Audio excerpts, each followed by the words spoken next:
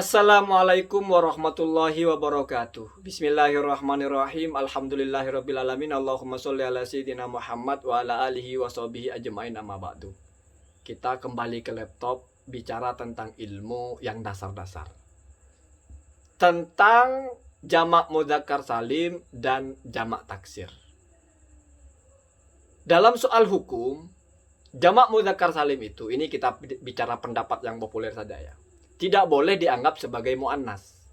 Sehingga kalau mau disambungkan dengan fiil, maka fiilnya wajib mudzakkar. Ja'ah al-muslimuna atau al-muslimuna ja'u. Tidak boleh ja'at al-muslimuna atau al-muslimuna ja'at, tidak boleh. Harus pakai fiil mudzakkar. Kalau jamak taksir boleh. Misalnya ar-rijalu, ja'at ar-rijalu boleh. Ja'ah ar-rijalu boleh. Ar-rijalu ja'u boleh. Ar-rijalu ja'at boleh. Jadi boleh dianggap mudzakkar, boleh dianggap muannas. Sekarang pertanyaannya, kenapa bisa berbeda jamak mudzakkar dengan jamak muannas? Atau lebih dengan jamak taksir maksudnya. Kalau jamak muannas kan sudah jelas muannas ya. Justru tidak boleh dianggap mudzakkar, sudah muannas. Sekarang kenapa bisa berbeda antara jamak mudzakkar dengan jamak taksir, padahal artinya bisa saja sama-sama laki-laki, para laki-laki kan? Al-muslimuna para muslim laki-laki, ar-rijalu para laki-laki. Tapi kenapa bisa berbeda? Nah, ini yang kita bahas seperti ini. Sejatinya kalau kita baca-baca jamak mudzakkar salim pun boleh kita jadikan seolah-olah muannas. Artinya ja'at al-muslimuna juga boleh. Minimal kalau mengikuti pendapat Ibnu Babin Syad ya. Ibnu Baban Syad apa Babin Syad ya. Ini ulama Kufah ya, ulama nahu dari Kufah. Tetapi kita bicara yang populer saja, bahwa kalau jamak mudzakkar salim itu tidak boleh ya. Pertanyaannya tadi, kenapa bisa berbeda? Maka begini, ada satu ibarah dalam kitab Al-Misbahul Munir. Al-Misbahul Munir ini kitabnya Imam Ibnu Ali Al-Mukri Al-Fayumi ya. Muhammad bin Ahmad bin Ali Al-Mukri Al-Fayumi. Al-Misbahul Munir fi ghoribi asyarhil kabir lirrafi'i. Jadi mengurai lafat-lafat atau hal-hal yang rumit dalam kitab Asyarhul Kabir punya Imam Rafi'i. Nanti kita bicara tentang kitab ini ya di belakang. Tapi sekarang yang dibahas oleh Imam Al-Mukri dalam kitab ini adalah bahwasanya ada satu ulama yang mengatakan boleh jamak mudzakkar salim itu dianggap sebagai muannas. Contohnya qomat az-zaiduna boleh. Qomat az-zuyudu jamak taksir boleh ya. Qomah az-zaiduna, qomah az-zuyudu. Jadi boleh.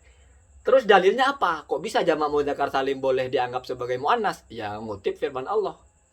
Fa'amanat bihi banu Israil. Jadi amanat ini ternyata fa'ilnya adalah banu Israil. Banu itu memang bukan jamak mudzakkar tapi mulhaq kepada jamak mudzakkar. Memang kalau di Alfiyah misalnya atau di Hasyiahnya itu kalau mulhaq memang boleh. Jamak mudzakkar yang tidak boleh. Tetapi kata Baban Syad ini, ya yang mulhaq saja boleh. Mulhaq kan meniru. Artinya dianggap sama dengan jamak mudzakkar salim. Berarti kesamaannya itu sama dalam i'rabnya, termasuk sama dalam boleh dianggap sebagai muannasnya. Itu istilah ulama saja ya. Sekarang kembali lagi fokus kepada kenapa jamak taksir walaupun sama-sama kumpulan laki-laki artinya boleh dianggap muannas. Kalau kita menjawab karena kan ada populer sekali itu. Inna qaumi tajamma'u wa biqatli tahaddasu. La ubali bi jam'ihim kullu jam'in muannasun. Itu syairnya Zamasari ya. Tetangga-tetanggaku atau kaum-kaumku berkumpul untuk membunuhku. Mereka berbincang atau bersepakat untuk membunuhku. Aku tidak peduli dengan perkumpulan mereka, karena setiap yang berkumpul-kumpul itu perempuan gitu. Ini bahasa. Kalau dianggap kullu jam'in muannasun, maka jamak apa saja ya muannas dong, termasuk jamak mudzakkar salim. Kenapa? Kan sama-sama jamak. Maka menjadi masuk akal apa yang dikatakan Baban Syad itu, bahwasanya ya boleh saja. Tetapi kalau kita tetap kekeh bertahan bahwasanya yang boleh, yang jamak mudzakkar salim itu tidak boleh dianggap muannas, dan dengan alasan kalau banu itu mulhaq, kalau mulhaq boleh, berarti tetap harus punya alasan. Maka apa alasannya jamak mudzakkar salim ini berbeda dengan jamak taksir? Berbeda dalam tanda kutip, jamak mudzakkar salim tidak boleh dijadikan muannas. Maka jawabannya, amma tadhkiru zaiduna qamu fali anna lafdul wahidi maujudun fil jam'i. Adapun jamak mudzakkar salim seperti contoh zaiduna qamu atau qama zaiduna, fali anna lafdul wahidi maujudun fil jam'i, karena bentuk orisinal lafaz ketika dia masih bermakna singular ya, ada di dalam jamaknya. Maksudnya al-muslimuna itu bentuk mufradnya atau lafdul wahidnya kan al-muslimu. Itu masih utuh, tidak berubah sama sekali. Al-muslimuna, al-muslimu. Al-muslimu itu di dalam al-muslimuna itu masih ada, tidak berubah. Bihilafi al-mukassari, berbeda dengan jamak taksir. Kalau dalam jamak taksir nahu qomat az-zuyudu, misalnya dalam contoh qomat az-zuyudu dianggap muannas berarti ya. Falafdul wahidi ghairu mawjudin fil jam'i. Maka lafadz mufradnya tidak ada dalam jamak itu. Zaidun menjadi zuyudun. Zaidunnya kemana? Ya toh. Kalau menjadi zaidunah, zaidunnya masih ada, hanya tambah waw dan nun. Tapi kalau menjadi zuyudun kan jadi hilang, jadi terombak. Jadi kalau secara logika, kalau jamak mudzakkar salim itu identitas awal dia sebagai laki-laki itu ada, zaidun atau muslimun. Tapi kalau jamak taksir itu hilang, maka diangkatlah sebagai jamaknya saja. Maka kemudian kata beliau itu ujturi'a alal jam'i bi'tibaril jamaati. Maka dia dijalankan atau dijadikan sebagai muannas gitu ya. Dengan menyimpan lafadz atau dengan mengiktibarkan ada lafadz al-jamaah. Jadi ketika ar-rijalu ja'ah ar-rijalu sejatinya ja'at jama'atur rijali atau jama'atun minar rijali. Boleh seperti itu. Kenapa? Karena kalau mau dikekehkan ini sebagai mudzakkar, bentuk mudzakkarnya sudah nggak ada, kan begitu. Logikanya kan begitu ya. Rojulun kan mudzakkarnya kan rojulun. Terus dalam bentuk rijalun, mana rojulunnya sudah nggak ada, sudah hilang. Maka berarti sudah lebih dikedepankan dia sebagai jamak. Kalau jamak berarti bisa disandingkan dengan jama'atun. Jama'atun minar rijal. Kalau jama'atun kan muannas, maka fiilnya boleh pakai fiil muannas begitu. Sementara kalau zaiduna atau muslimuna itu bentuk dasar dari mufradnya yaitu muslimun sebagai mudzakkar itu masih ada. Atau misalnya zaidun menjadi zaiduna, bentuk zaidun sebagai mufrad mudzakkarnya itu masih ada, tidak hilang. Itu ya, begitu kira-kira seperti itu ya. Jadi ini logika ulama ya, logika kitab ya. Ya Anda tidak terima silahkan. Yang penting selama ini kan sudah ada hujahnya kenapa jamak taksir boleh muannas boleh mudzakkar, jamak mudzakkar tidak boleh. Harus mudzakkar ya. Kenapa? Ya begitu alasannya. Karena jamak mudzakkar itu bentuk mufradnya masih ada di situ, sehingga identitas awal dia sebagai laki-laki masih ada, sementara jamak taksir sudah melebur, maka identitas dia sebagai laki-laki sudah hilang. Maka masuk kepada dia dianggap jamak. Dimana kalau sudah jamak, ujuk turi'a alat ta'nisi bi'tibari al jamaah. Maka dia dianggap sebagai ada jamaahnya di situ ya.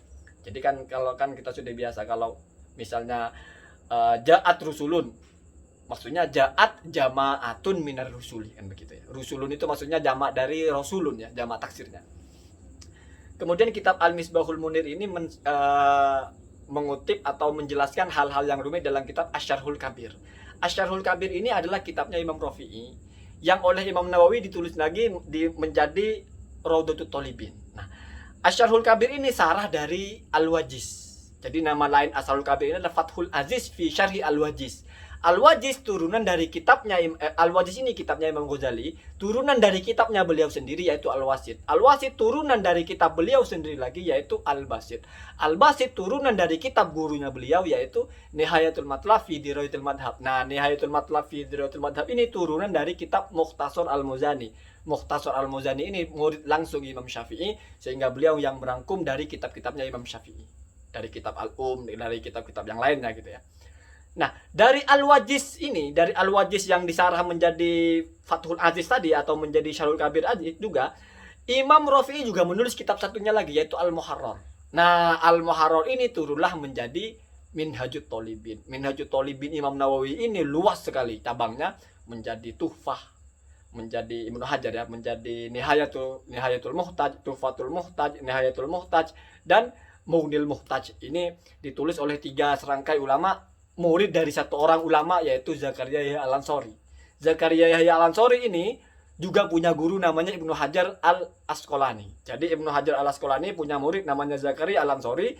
Zakaria Al-Ansori punya murid namanya Ibnu Hajar Al-Haytami. Makanya kata Zakaria Al-Ansori, dukik tuh baina hajaro ini, aku dijepit 2 batu. Punya guru alim alama Al-Asqalani, punya murid alim alama juga Al-Haytami ya. Ya saya dengar-dengar seperti itu ya. Jadi memang orang itu punya guru yang alim itu kebanggaan, punya murid yang alim juga sebuah kebanggaan. Jadi jalurnya di jalur orang-orang yang alim, gurunya alim, muridnya alim, dia ya pasti alim juga. Maka banyak sekali karyanya sekarya Yahya Al-Ansori itu ya. Murid-muridnya juga kan luar biasa, itu ada Imam Romli juga termasuk Imam Asy-Syarbini dan sebagainya. Semoga ada manfaatnya. Assalamualaikum warahmatullahi wabarakatuh.